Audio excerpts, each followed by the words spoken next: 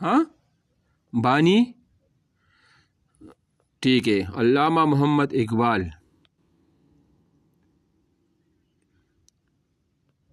ہاں یہ اور کون ہے؟ یہ ہاں یہ جو بادشاہ سا بنا ہوا ہے، یہ جو نظر آ رہا ہے، یہ کون ہے؟ یہ ہے ہاں میسور کا جو شیر، میسور، شیر میسور، میسور ایک علاقے کا نام ہے اسی کا، تو یہ وہی ہے، ٹھیک ہے۔ میسور ایک علاقہ تھا، یہ میرے خیال سے یہ اس طرف ہے، ہندوستان کی طرف یا اس طرف کوئی علاقہ ہے، اس کو میسور کہا جاتا ہے۔ اچھا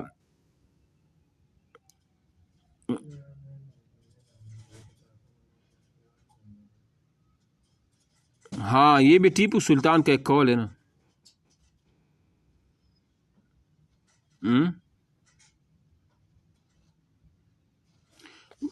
نہیں وہ بھی ہے، اور بانی پاکستان بھی ہے نا، سارا ہے۔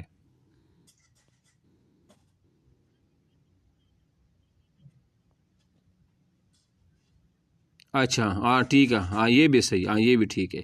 اچھا یہ جو ڈاکٹر بنائے بچے کا، وہ جو ٹریٹمنٹ کر رہا ہے یہ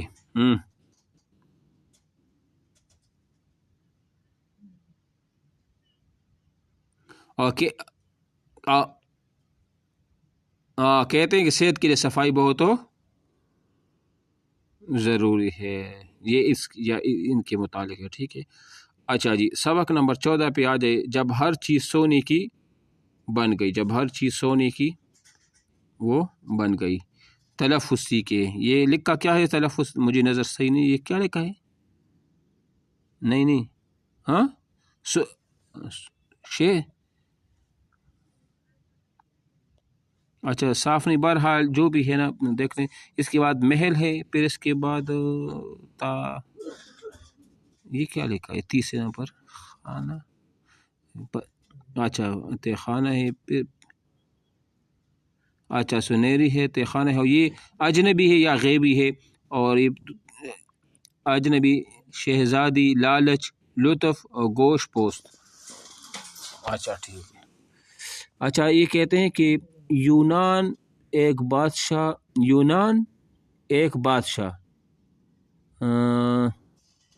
پتہ نہیں کیا ہے، آگے نظر نہیں آ بہت،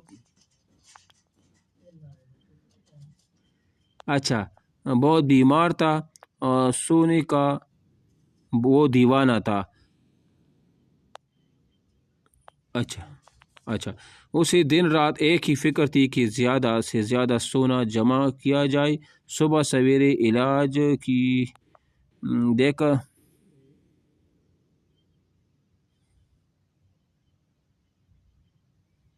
اچھا یہ خواہش پیدا ہوتی کہ کاش یہ سنہری کرنیں جس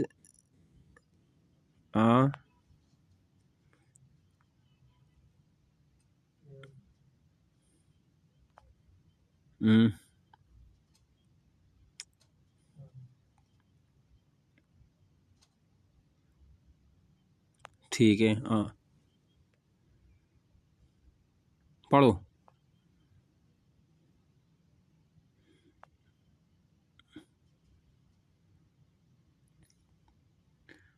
ٹھیک ہے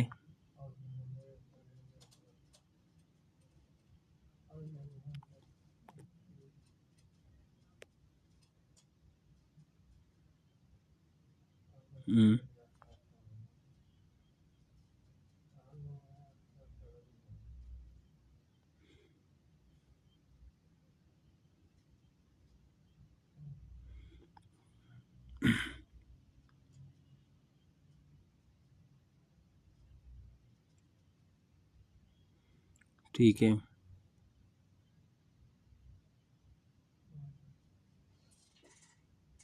ٹھیک ہے۔ اچھا اجنبی نے کہا ٹھیک ہے، کل صبح سورج کی پہلی کرن کے ساتھ ہی تم جس چیز کو ہاتھ لگاؤ گے وہ سونے کی بن جائے گی۔ اس کے ساتھ ہی اجنبی نے بادشاہ سے کہا کہ ایک منٹ کے لیے آنکھیں بند کر لو۔ بادشاہ نے آنکھیں بند کر لی، جب دوبارہ آنکھیں کھولی تو کمرے میں وہ اکیلا تھا، اجنبی جا چکا تھا۔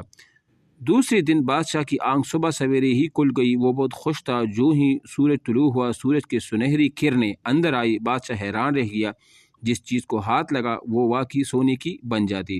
بستر کی چادر سونے کی بن گئی۔ اس نے میز پر سے اینک اٹھا کر آنکھوں پر لگائی، اسے کچھ بھی نظر نہ آیا کیونکہ اینک ساری کی ساری سونے کی بن گئی تھی۔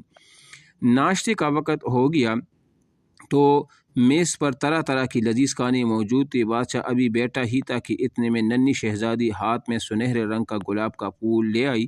اس نے روتے ہوئے کہا، ابا جان، میں باغ میں پھول توڑنے گئی لیکن وہ سب پتھر کی طرح سخت ہو گئے۔ بادشاہ نے کہا لگاتے ہوئے کہا، پیاری بیٹی، اس میں رونے کی کیا بات ہے؟ آپ تو یہ سونے کی بن گئی ہیں، پہلے سے زیادہ خوبصورت اور قیمتی ہو گئی۔ آواز آ رہی ہے؟ اچھا، ہو گئی ہے، تم اطمینان سے ناشتہ کرو۔ یہ کہہ کر بادشاہ نے چائے دانی اٹھا کر پیالی میں چائے ڈالنے کی کوشش کی لیکن چائے دانی سونے کی بن گئی۔ پیالی سونے کی اور پیالی میں چائے پگھلا ہوا سونا۔ سونا کون پی سکتا ہے؟ اس نے روٹی، مکھن، انڈے اور مچھلی کھانے کی کوشش کی لیکن اس کا ہاتھ لگتے ہی ہر چیز سونے کی بن جاتی۔ اب وہ گھبرا گیا، سوچنے لگا، جس چیز کو ہاتھ لگاتا ہوں وہ سونے کی بن جاتی ہے، میں کھاؤں پیوں کیسے؟ کھائے بغیر زندہ رہ سکوں گا؟ شہزادی تھوڑی سی فاصلے پر بیٹھے ہنس خوشی کھانے میں مصروف تھی۔ کھاتے کھاتے اس نے سر اٹھا کر دیکھا تو اسے اندازہ ہوا کہ اس کا باپ کچھ پریشان سا ہے۔ وہ اس کے پاس آ کر بولی، بابا جان، خیریت تو ہے؟ آپ پریشان ہیں نظر آ رہے ہیں۔ بادشاہ نے پیار سے اس کی پیشانی کو چوما۔ اسے بالکل یاد نہ رہا کہ اس کی چونے سے ہر چیز سونے کی بن جاتی ہے۔ شہزادی بھی سونے کی بن چکی تھی۔ اس کے کالے بال سنہرے ہو گئے تھے، جسم پتھر کی طرح سخت ہو گیا تھا۔ یہ دیکھ کر بادشاہ زاروں کی طرح رونے کہنے لگا، اے اللہ، یہ میں نے کیا کیا؟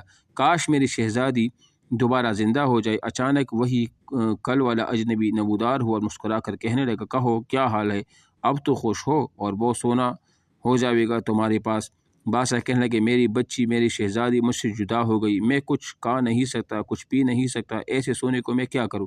مجھے سونا نہیں چاہیے۔ اجنبی نے کہا، اس کا مطلب ہے اب تمہیں حقیقت کا پتہ چل گیا، بتاؤ سونا اچھا ہے یا پانی کا ایک گھونٹ؟ بادشاہ نے جواب دیا، پانی کا ایک گھونٹ۔ اجنبی بولا، سونا اچھا ہے یا روٹی کا ایک نوالا؟ بادشاہ نے کہا، روٹی کا ایک نوالا۔ دنیا بھر کا سونا بھی روٹی کے ایک نوالے کا مقابلہ نہیں کر سکتا۔ اجنبی نے پوچھا، سونا اچھا ہے یا بیٹی؟ بادشاہ چیخ کر بولا، میری پیاری بیٹی، میری شہزادی، میں اپنا تمام خزانہ اس پر قربان کرنے کے لیے وہ تیار ہوں۔ اجنبی نے کہا، ٹھیک ہے، اب تم اس باغ کی تالاب میں نہاؤ، اس کا پانی تمام چیزوں پر چھڑکو جو تمہارے چونے سے سونے کی بن گئی ہیں۔ وہ آئندہ سے سچے دل سے وعدہ کرو کہ کبھی اس طرح دولت کا لالچ نہیں کرو گے۔ بادشاہ نے سچے دل سے توبہ کی اور دوڑتا ہوا نہر میں کود گیا۔ پھر اس نے پانی لا کر تمام چیزوں پر چھڑکا، ہر چیز اصلی حالت پر آ گئی۔ اس نے شہزادی پر پانی چھڑکا تو وہ ایک دفعہ پھر گوشت پوش کی لڑکی بن گئی۔ اس نے حیرت سے اپنے کپڑوں کو دیکھا، بولی، ارے میرے کپڑے کیسی بھیگ گئی، یہ تو خشک تھے۔ بادشاہ نے اسے گلے لگایا اور اسے پوری بات بتائی۔ پھر باپ بیٹی دونوں نے مل کر ناشتہ کیا اور باغ میں جا کر پھولوں کی خوشبو سے لطف وہ اٹھانے لگے۔ ٹھیک ہے، اچھا جی، اب آپ آ جائے مشق، نئے الفاظ۔